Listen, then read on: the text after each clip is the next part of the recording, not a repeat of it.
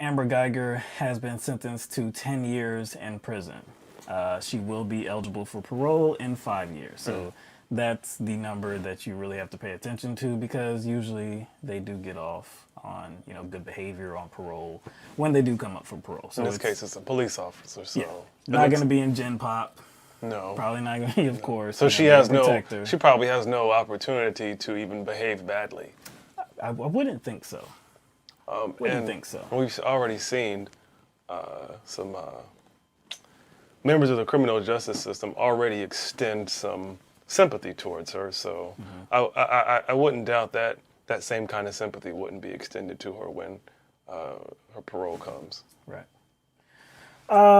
And so that's where we have to bring up some other things, because you're talking about parole, and you said that sympathy, it has already been extended to her. Right after the sentencing. Yeah, but what I'm talking about is that sympathy extended to her from just members of law enforcement, that community, whatever. And when she does come up for parole, likely she will be freed the first time she does come up from parole in 5 years. But what will aid her in that parole hearing is what took place after she was sentenced. Oh yes, of course, and to me that was irresponsible. Now I won't get on the brother. Well, there's a larger conversation surrounding the brother. Right. Look, his brother died, so he might be looking for closure. So whatever. Well, let's put it. We got to show the video first and everything. We got to explain exactly what happened. If you haven't seen it, if you don't know what happened, we got to lay this out for you first. So it wasn't too long after that Amber Guyger was sentenced that one of Botham John's brothers took the stand for a victim impact statement. His name is Brant John, and so he took the stand, and he, this is the victim's family's time to just make a statement to the the perpetrator, the one that has been convicted. Tell them whatever that they want to tell them. Tell them how they've hurt the family. Just whatever they want to say. The judge's instructions were just that the words were not threatening and no profanity. So what Brant John did though was pretty much not excuse the actions of Amber Guyger, but forgive them in totality. So let him speak for himself, and then we'll come back and discuss. I personally want the best for you. And I wasn't gonna ever say this in front of my family or anyone, but I don't even want you to go to jail. I want the best for you, because I know that's exactly what both of them would want you to do. And the best would be give your life to Christ. I'm not gonna say anything else. I think giving your life to Christ would be the best thing that both of them would want you to do. Again, I love you as a person, and I don't wish anything bad on you.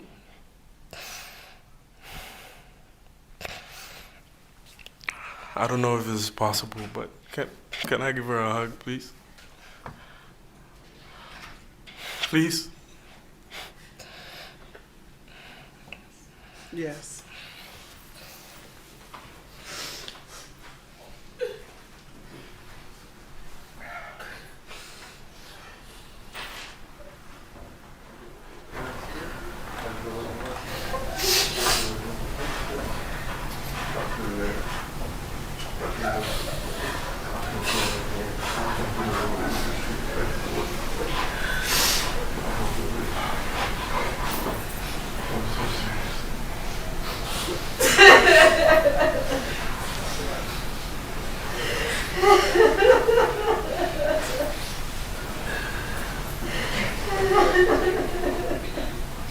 There's a lot going on here. He's a young individual. He's young, and heavily influenced by the Christian church. So again, like looking at the context of the situation, his brother died. He is looking for closure.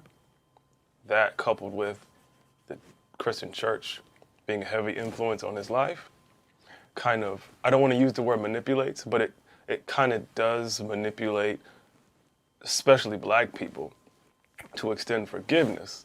Because forgiveness in some Christian circles, and I would say Christian circles that comprise of black people, heavily rely upon forgiving those people who are abusing you. And this guilt being attached to the act of non-forgiveness. So if you're growing up in a Christian environment like him, he thinks not forgiving people is automatically bad. And so there's going to be a certain level of guilt that he holds on himself and puts on his own shoulders if he doesn't offer forgiveness. And I do think that, you know, even though I'm not going to like get on him too much, I do think we do need to have a broader conversation surrounding why black people are always the ones, or the group specifically, that are responsible for extending forgiveness to those that abuse them. I think we do need to have a broader conversation, because I do think there's a combination of things going on here. So he's a part of a group that has historically been subjected to certain treatment within this country, and has been guilted to just forgive that country for what it's done, even though there's not been reconciliation. So that's going to extend to even moments like this. So I think there's that one thing, and then the fact he's in a Christian environment. So those two things are weighing heavily upon this, and I don't want to get on him too much. I just have to see it for what it is, looking from the outside in. I mean, I agree with what you're saying. His beliefs about religion definitely impact his decision making. Definitely here, and what you say about black people historically being the ones to forgive, even when we're talking about the most atrocious types of actions. We saw it here in South Carolina, in Charleston, with Dylan Roof when he killed 9 churchgoers, and immediately in his first court hearing, the families were immediately forgiven of him. It's a strange. I mean, it definitely is a strange thing. I can understand that people feel like they don't want to live with that hate. They don't want to hate anybody, especially people that believe in God and believe in religion, Christianity, whatever. You don't want to take hate with you. I totally understand that, but for me, it's an entirely different thing to immediately want to just wipe away the sins of the person, to extend love to that person. I understand him saying, give your life to Christ. Again, he's a religious guy. I understand that. To say that I love you as a person is very weird for me to hear, because I don't understand how he could know her as a person. And what he does know of her is that she killed his brother. He knows that there have been some definitely questionable texts that she has exchanged with other people that can be viewed as racist. So I don't understand what he knows about her to love her as a person. I also believe that in this particular instance, when you forgive somebody given these circumstances, a police officer, who was a police officer at the time, who killed a man. We have seen too many of these situations where these offenders, these murderers, have gone free. So I think what this does is it's a disservice to the movement to see these officers actually held accountable for their actions, because the next time maybe a jury feels like there is something that is salvageable about this officer that is on trial. We should, express more compassion to this officer if they really show like they're hurting or something like that. I don't know. What I do know is that to forgive this particular individual, Amber Guyger, I think two things would have to take place. One, you would have to wholeheartedly believe her story. You would have to believe that everything that she did upon coming to Botham Jean's door was accidental. Every single accidental step that she took was truly an accident. But then secondly, you would have to say that her shooting Botham Jean as well was, I guess, understandable. What did And she? I don't understand that. What did she not do after she shot Botham Jean? What did she not do? Which is kind of, I think, key in this story. Life-saving measures? She didn't. Yeah. You know, She said that she tried to with one hand, but the phone was in her other hand. That's why she couldn't do it, as if we live in a world where a speakerphone is not a thing. Or as if we live in a world where someone could set aside trying to cover up for what they did and put down the phone and focus all their attention on the person that's losing their life. Sorry, the person that you shot. That's life is slowly slipping away from them. Yeah, she didn't do that. What she did was she got on the phone with colleagues and her boy toy because she was panicking about what she just did. And the first thing that came to her mind, based on the video we saw and we heard of her, was the fact that she was going to lose her job. Yep. She was more concerned with that. Yep. So I do think maybe his belief system and the belief system he grew up in is kind of clouding how he is definitely seeing the situation. And what he's saying is the best for her, right, is kind of subjective based on that belief system he grew up in. Mm-hmm. Because maybe jail and the maximum sentence is the best for her. And it is possible for her to both accept Christ into her life and accept Jesus as her Savior and take her ass to jail. Mm-hmm. A lot of people do that. They can do both. There needs to be punitive punishment. We're on Earth here. That's true. We're on planet Earth where people face punishment for the things that they do. And while they're facing punishment, when they're incarcerated, they can come to Christ if they want to. Right.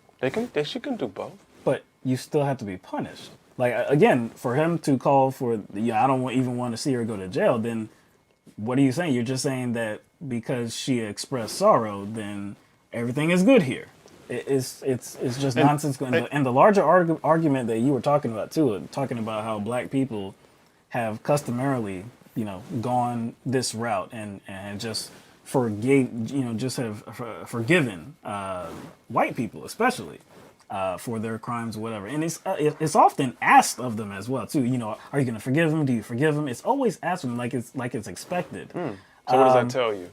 It seems as though when it is a white person that has done something to a black person and that black person is asked or that black person does say, yeah, I forgive him, it seems as though the effort is just to wipe it away.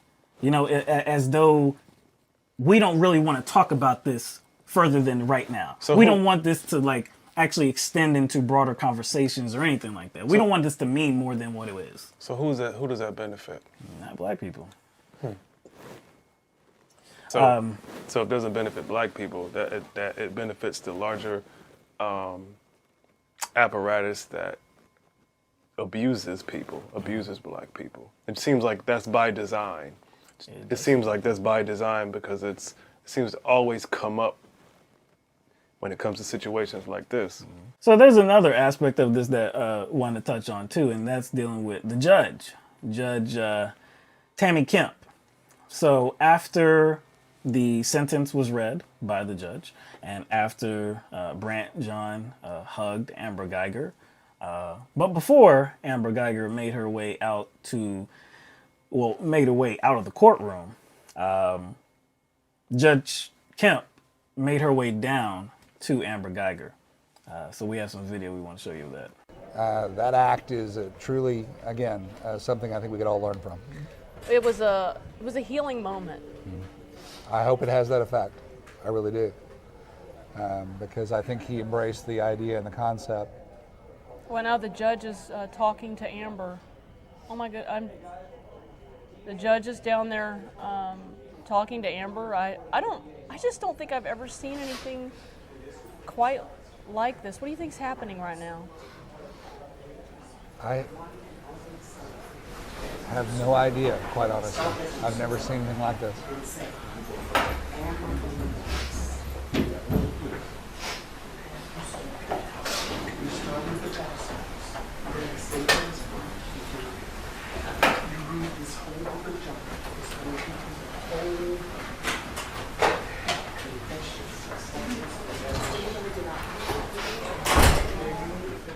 This is extraordinary.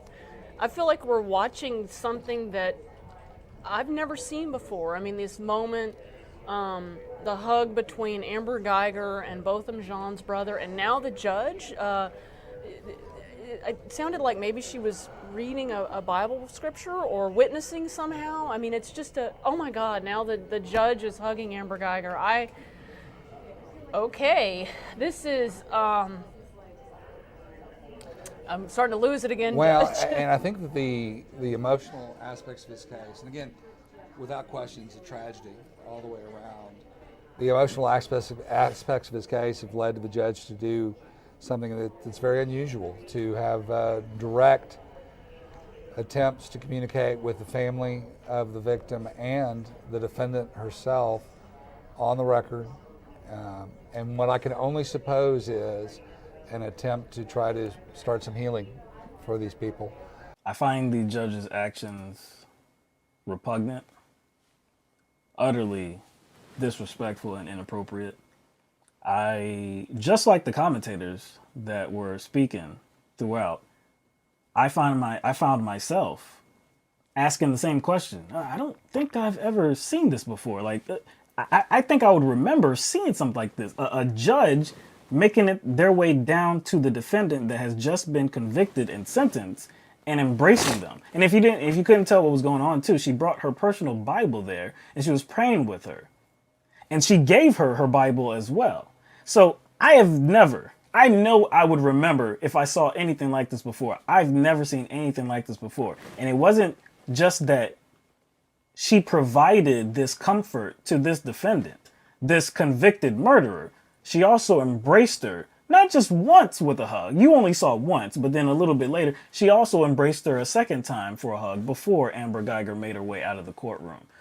Many people are disgusted with these actions. I'm wondering if this judge, Tammy Kemp, has ever done anything like this before in her life. Did you hear the commentary over that footage that was being offered?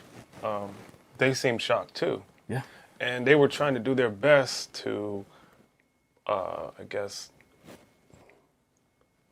reconcile what was going on in the form of commentary, because it was live. So they had to come up with something.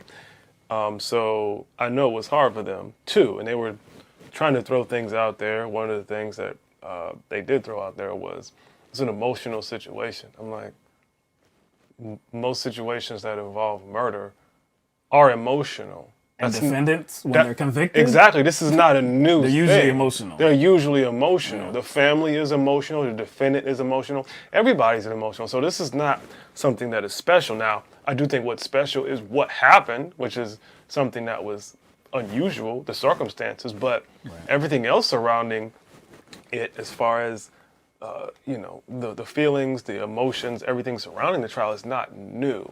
So why is all of this sympathy being extended to Amber Guyger as if she is a victim by the judge, no less? And and also the bailiff later on came and brushed this chick's hair. Yeah. This was just all weird. Like, and like you said, has she ever done something like this before to a defendant that was convicted of murder? Convicted of murder in that particular circumstance, involving that involved someone showing a lack of sympathy to the person they shot, because she didn't give Botham Jean life-saving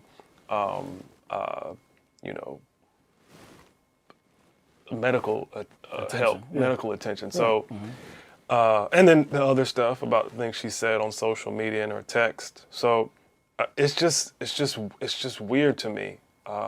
That she's getting all of this And here's the thing. I'm like, okay, all right, Judge Kemp, you're setting an interesting precedent now. Mm-hmm. Now I'm going to expect this at least 25% of the time. I'm going to be generous. I'm going to be generous and say I'm going to expect the same kind of condolences and sympathy 25% of the time now, in cases involving someone being murdered. To me, it doesn't make any sense. But I did find out that the Dallas Police Officers Association did support her.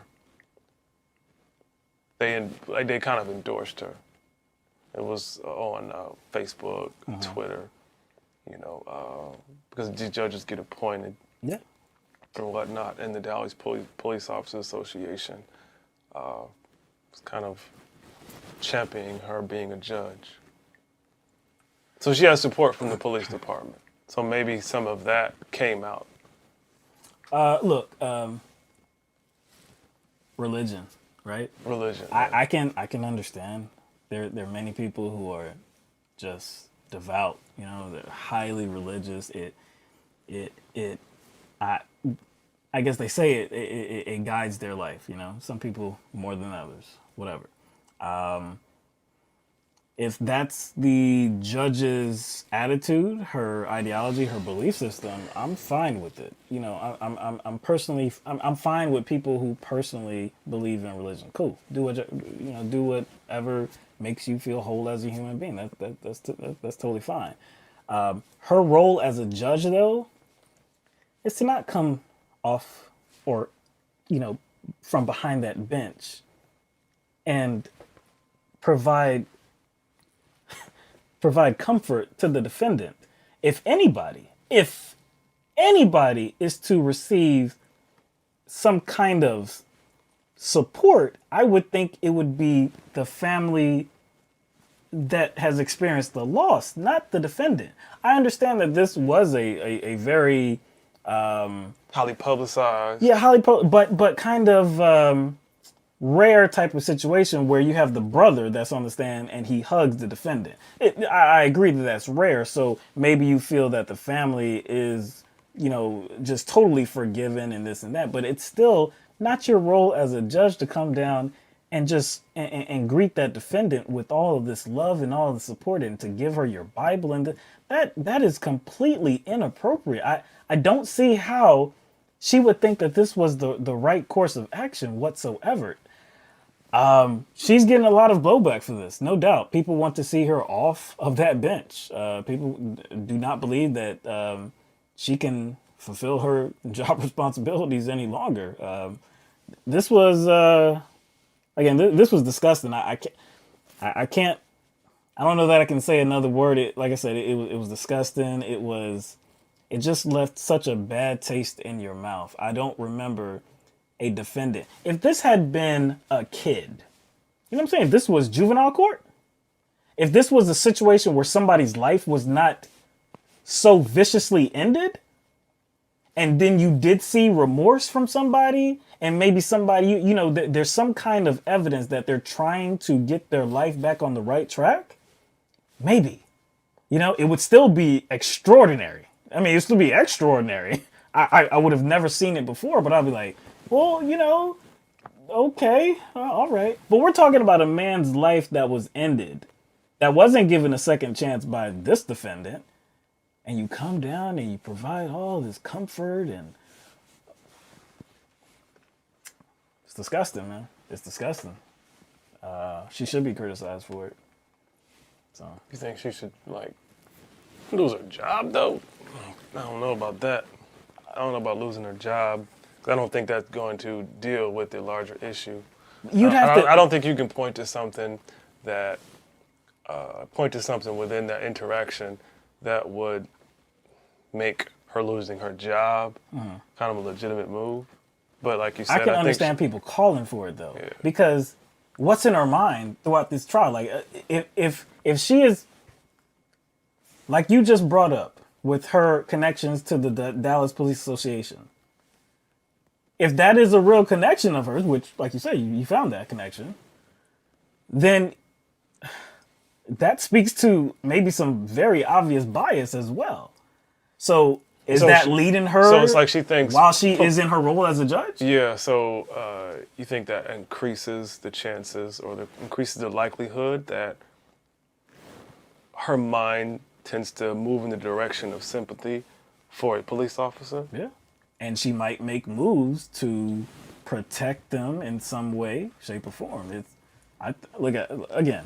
At the very least, it's completely inappropriate and a horrible, horrible look. If you're going to provide comfort to any side, why don't you walk your behind over to the family of the victim, not this defendant that is, she is deservedly going to prison. She deserves to go to prison. She ended a man's life. Let her serve her sentence. If you feel that she, throughout the course of this trial, if you really do believe in her enough, show up at the damn parole hearing in 5 years. Do that. Write a letter or something like that. But at the end of the trial that you just presided over, you're going to go over there. It's a bad look. It's a bad look.